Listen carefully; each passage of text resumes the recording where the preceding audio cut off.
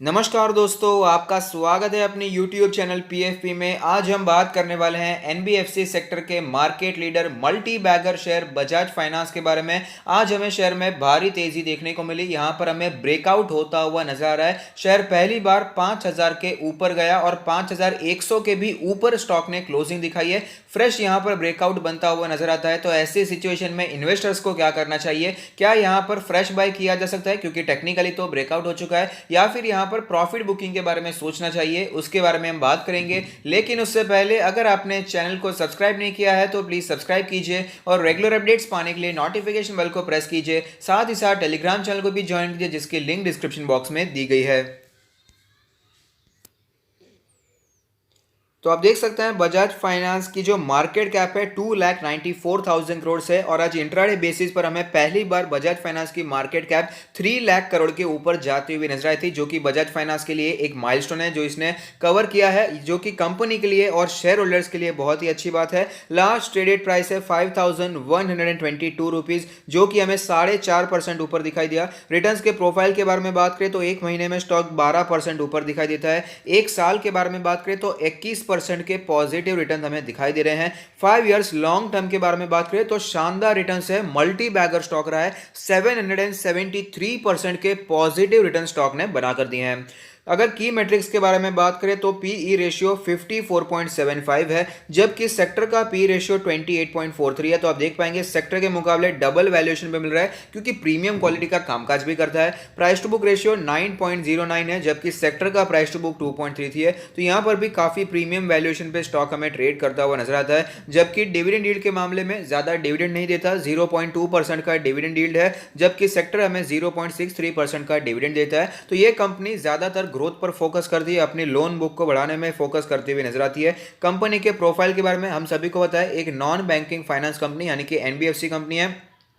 अगर कंपनी के financial trend के बारे में बात करें तो लगातार हमें बढ़ता हुआ नजर आता है। 2017 में रेवेन्यू 9.99 थाउजेंड करोड़ की थी, जो कि बढ़कर 2020 में 26.38 थाउजेंड करोड़ की हो चुकी है। तो इस यही रीजन है जिसके कारण इसका वैल्यूएशन इतना प्रीमियम दिखाई देता है, क्योंकि ग्रोथ भी इतनी प्रीमियम दिखाई दे रही है। अगर प्रॉफिट्स के बारे में बात करें तो 1.83 थाउजेंड करोड़ का प्रॉफिट 2017 में देखने को मिला था, जो कि हमें 2020 में 5.26 थाउजेंड करोड़ का होता हुआ नजर आता है। तो आप देख पाएंगे रेवेन्यू भी लगातार बढ़ रही है और उसके साथ ही साथ हमें यहां पर प्रॉफिटेबिलिटी में शानदार ग्रोथ दिखाई दे रही है, और इसी कारण हमें यहां पर इसका वैल्यूएशन सेक्टर के मुकाबले डबल दिखता नजर आता है।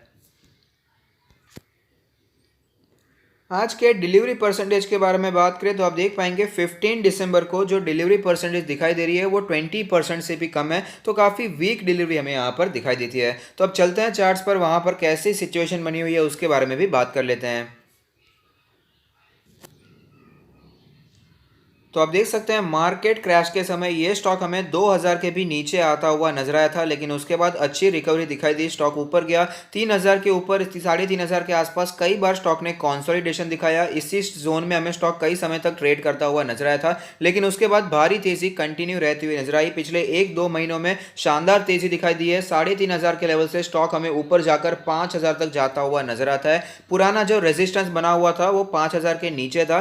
4900 के आसपास इसका पुराना ऑल टाइम हाई था, जिसके आसपास अभी फिलहाल ये काफी दिनों से कंसोलिडेट भी कर रहा था। लेकिन आज हमें ब्रेकआउट देखने को मिला। अच्छी यहाँ पर स्ट्रॉन्ग कैंडल बनती हुई नजर आई है। यहाँ पर वॉल्यूम भी हमें यहाँ पर अच्छे दिखाई दे रहे हैं। आप देख पाएंगे 6 मिलियन शेयर्स के आसपास की बाइंग होती हुई नजर आई है। तो अच्छे वॉल्यूम के साथ हमें ब्रेकआउट की सिचुएशन देखने को मिलती है, जो कि क्लियरली दर्शा रहे हैं कि भारी तेजी के संकेत यहाँ पर दिखाई देते हैं। फिलहाल स्टॉक अपने सारे मूविंग एवरेज के ऊपर ट्रेड करता हुआ नजर आ रहा है। अगर इसके इंडिकेटर्स के बारे में बात करें तो मनी फ्लो इंडेक्स का नंबर कैलकुलेट होकर आता है 65.07, जो कि हमें यहाँ पर करेक्ट होता हुआ नजर आता है। लेकिन 65 का नंबर भी बिल्कुल भी वीक नहीं है, काफी स्ट्रॉन्ग नंबर 65 रिप्रेजेंट करता है। आरएसआई के नंबर के बारे में बात करें तो आरएसआई का नंबर कैलकुलेट होकर आता है 76.84, जो कि बहुत ही स्ट्रॉन्ग है। और साथ ही साथ ये भी आपको जानना चाहिए कि ये ऑलरेडी ओवरबॉट जोन में एंटर कर चुका है। अगर 80 के ऊपर निकल जाता है तो हाईली ओवरबॉट सिचुएशन भी यहाँ पर दिखाई दे सकती है। एमएससीडी के बारे में बात करें तो एमएससीडी में जो क्रॉसओवर देखने को मिल रहा है, फिलहाल तो बियरिश क्रॉसओवर बना हुआ है, लेकिन आज की तेजी के चलते यहाँ पर ऐसी सिचुएशन हमें यहाँ पर मुड़ती हुई नजर आ रही है कि बुलिश क्रॉसओवर का निर्माण यहाँ पर हो सकता है।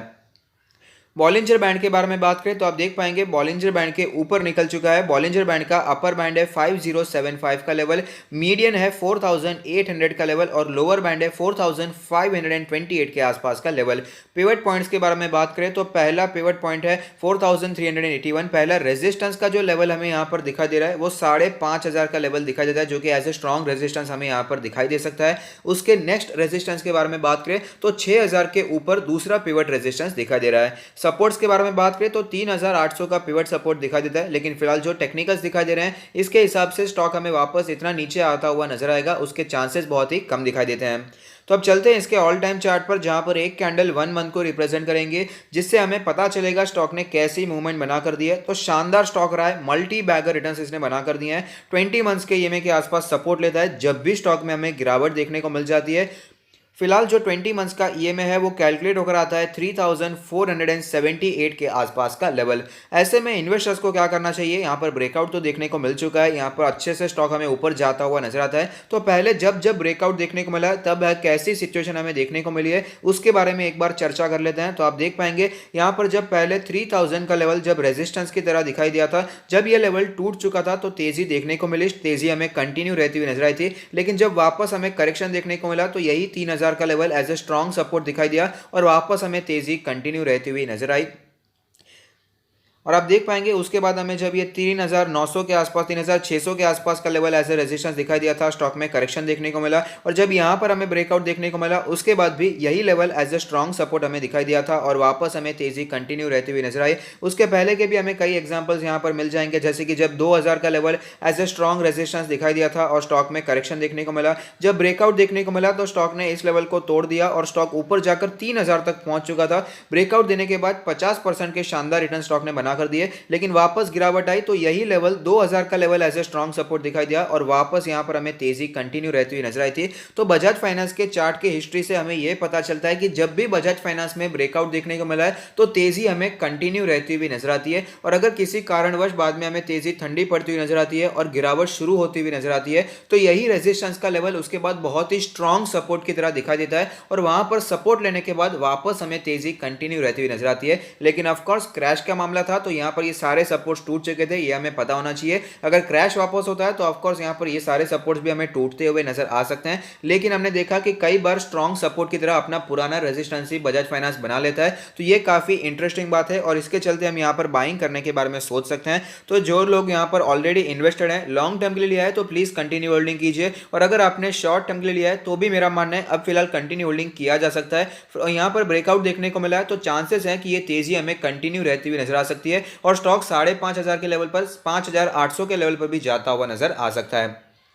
फ्रेश बाय के बारे में बात करें तो फिलहाल यहां पर फ्रेश बाय किया जा सकता है। ब्रेकआउट यहां पर हमें ऑलरेडी देखने को मिल चुका है, तो यहां पर ब्रेकआउट देखने को मिला है तो 5000 का लेवल बहुत ही स्ट्रांग सपोर्ट है। 4900 का लेवल जो इसका पुराना और रेजिस्टेंस था ये बहुत ही स्ट्रांग सपोर्ट की तरह दिखाई देगा। तो यहां पर आप फ्रेश बाय करने के बारे में सोच सकते हैं और इसे अपने पोर्टफोलियो में ऐड करने के बारे में सोचा जा सकता है। और साथ ही साथ अगर आप अपना पोर्टफोलियो हमसे रिव्यू करवाना चाहते हैं तो उसका लिंक भी हमने डिस्क्रिप्शन बॉक्स में दे दिया है। तो अगर आप यहां पर बाइंग करते हैं तो मैं आपको बताना चाहूंगा कि ये एक वैल्यू बाय बिल्कुल भी नहीं है। अगर आप यहां पर बाइंग कर रहे हैं तो वो प्योरली एक टेक्निकल बाय रहेगा, क्योंकि यहां पर फ्रेश ब्रेकआउट देखने को मिला है और उसी के चलते आप यहां पर बाइंग इनिशिएट करने वाले हैं। ऐसा नहीं है कि 5000 के प्राइस पर स्टॉक में वैल्यू आ चुकी है। वैल्यू तब थी जब हमने यहां पर इसे 1800 के प्राइस पर खरीदा था, 2200 के प्राइस पर खरीदा था जब यहां पर कंसोलिडेट करा था, और उसके बाद भी जब हमने स्टॉक को 3000 के लेवल पर खरीदा था तब भी इसमें वैल्यू थी। लेकिन फिलहाल यहां पर वैल्यू नहीं है। अगर आपको याद है यहां पर हमने बाइंग की थी या नहीं तो आप हमें कमेंट बॉक्स में जरूर बता सकते हैं। तो फिलहाल ये टेक्निकल बाय है, वैल्यू बाय नहीं है, और ये ध्यान में रख के ही आपको बाइंग के बारे में सोचना चाहिए।